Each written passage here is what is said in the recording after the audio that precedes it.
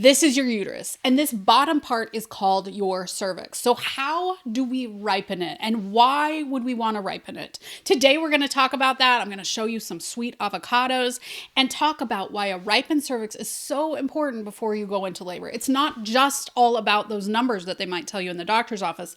There's more to it, and our crocheted friend is going to tell us. And yes, this is after seeing thousands of patients, checking thousands of cervixes.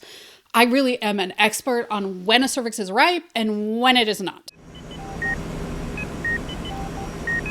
Now, just like this uterus, your cervix is like a sweater. And when you're pulling that sweater on over your head, it thins out, it opens up, and your head just moves through it. Your cervix is exactly the same. So what if this cervix was like super starched? What if you had a sweater that had a ton of starch on it and you just couldn't get it over your head? What would you do? Honestly, you'd be doing a lot of the same things that your body is doing it naturally. You might put some water on it, or like in the hospital, we put medications on it, or you just might, use it a lot. You'll rub it together, really try and get that starch out of the fibers. You might push on it gently a little bit. Your body is doing that same thing to ripen your cervix. And yes, it is just like our friends, the avocados. Over here, we've got a super green avocado. Not going to eat him. If I tried to mush him into guacamole, would be completely useless, right?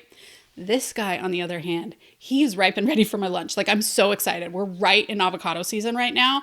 He's going to make such smooth, creamy guacamole that I'm absolutely going to love for my lunch. So it's the same thing. You've got this hard, you guys know what a hard avocado feels like versus a ripe avocado feels squishy and ready to be eaten. Food analogies don't go with cervixes really well. So what is your uterus doing to do this? First off, gravity is doing its part, right? It is pushing baby down towards the cervix. And as you can imagine, if you had that sweater that was starch, if you're slowly just pushing on it all the time, that starch is going to start to release, and that sweater is going to be more likely to let your head through. Baby moving in there and shifting and changing positions. This is why I talk about making sure that you're doing yoga and doing things that kind of just help baby find new positions and new ways to push on that cervix. That's why I love yoga, side lunges, making sure that you're not just going in a backward and forward pattern, but making sure that you're shifting to the side on your hips as well. Your uterus is doing those tiny contractions. Those Braxton Hicks that you've been feeling maybe early on in pregnancy are starting to soften that cervix. That doesn't mean that they're bad. Talk with your doctor about preterm labor precautions.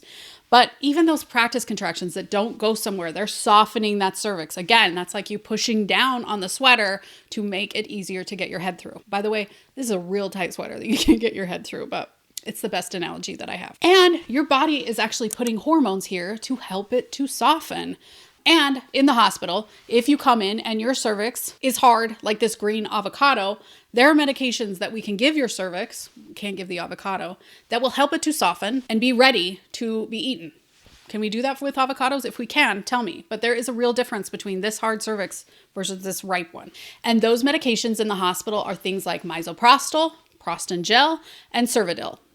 Sometimes they also use a Foley bulb, which is again just like pushing on the sweater to see if it'll open. But the other ones are hormones that can help it to soften as well.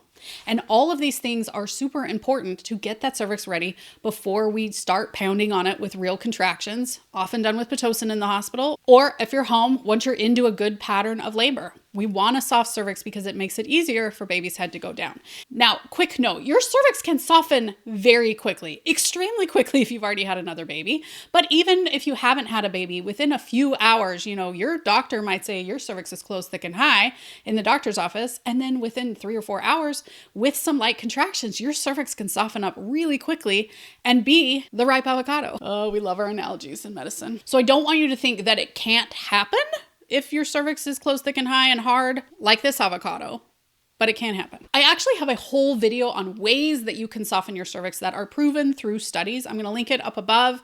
I think these are awesome if you have a surprise induction or just want to have an easier labor. I'm a huge fan of them. They're not something that people talk about, so be sure and check that video out. Thanks for joining us on The Pregnancy Nurse with our crocheted uterus and a good variety of avocados, where we get you prepared, not scared, for your upcoming hospital birth.